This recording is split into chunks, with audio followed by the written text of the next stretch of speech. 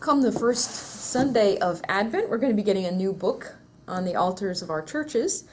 It's going to be replacing the one we currently have. It's called the Sacramentary. It's the altar missal that the priest uses. It contains all the basic prayers of the Mass, the parts that don't change, and the parts that do change from week to week, from Sunday to Sunday, from feast day to feast day. So we're getting a new Roman Missal. We're going to be getting back the name Roman Missal.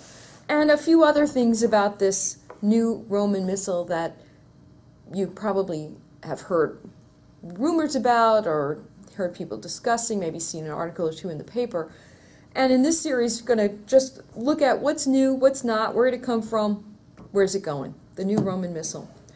The first thing to know about it is what is its name? Just the Roman Missal?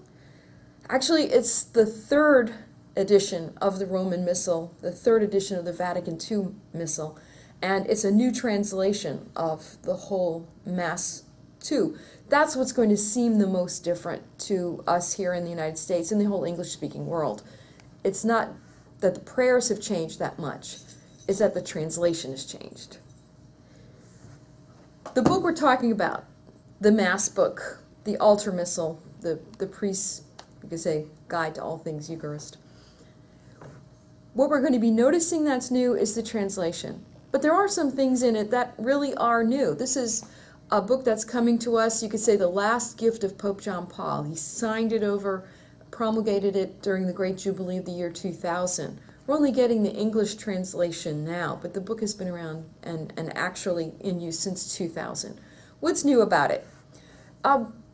New saints since 1975. The prayers and masses for the saints that we've gotten in those many years.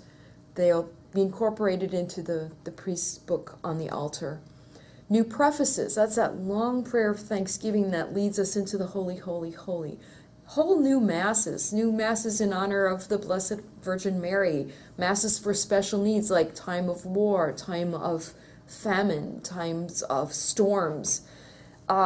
New vigils, the Vigil of Epiphany, we're getting a new Mass for that. The Vigil of the Ascension, a new Mass for that.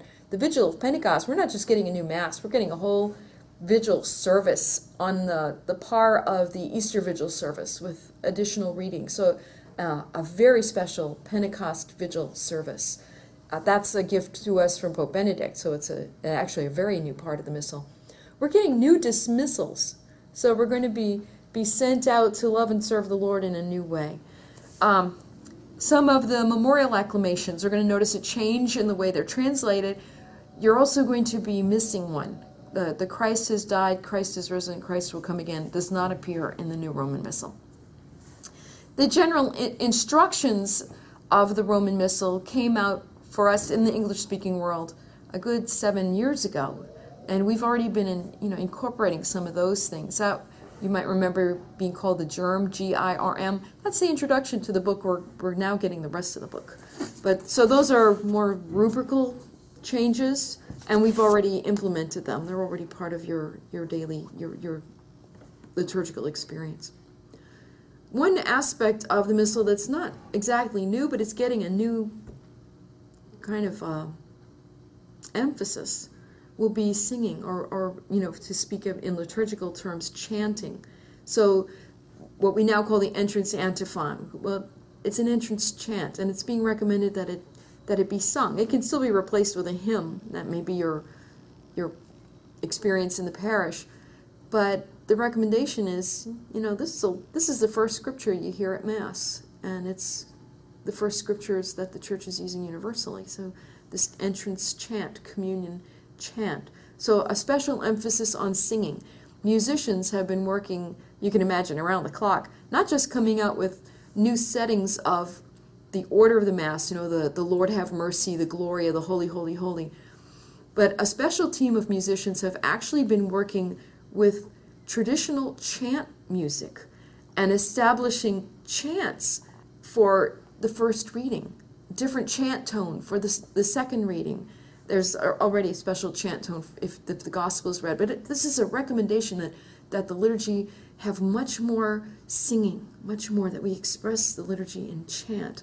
And that's because singing is proper to one who is in love. And the liturgy is a love song. So you'll also find online these chants that are being prepared for the new Roman Missal, where you can listen and get to learn the new Gregorian style chants for these different parts of the Mass. So that's a new focus. The Gloria, not just getting new melodies, but a new way of praying it. It's not going to be something we can alternate with the choir or take parts, intersperse a verse in between. The Gloria is now to be prayed in its entirety. It's that beautiful song of the people based on the song of the angels. And so the Roman Missal now, the new rubrics are saying the Gloria, the whole assembly will pray the Gloria, from those first words to the end. So new kind of thrust there, new emphases that we haven't had up to this point. But the most significant thing for us in the English-speaking world is the translation. This whole book, this is the old version, this whole book was translated new from start to finish using completely different translation principles than were active in 1969, 1970 when the Mass was first put into English. That's why it's going to sound so different.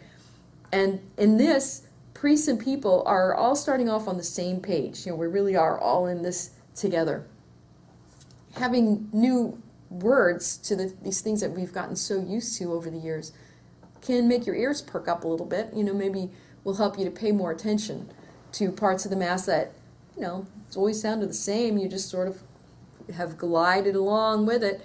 Now, this is a great opportunity for a fuller and a more conscious and a more engaged participation in the Mass. That was the whole point of the liturgical renewal of Vatican II, that full, conscious, active, engaged participation.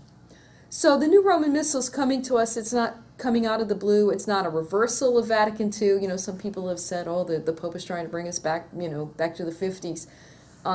Joseph Ratzinger attended Vatican II, so we can be pretty confident that he knew what the Council was aiming at. And I think, we can be confident that this translation, as different as it may sound, is actually going to enhance the work of Vatican II in that idea of the full, conscious, active participation.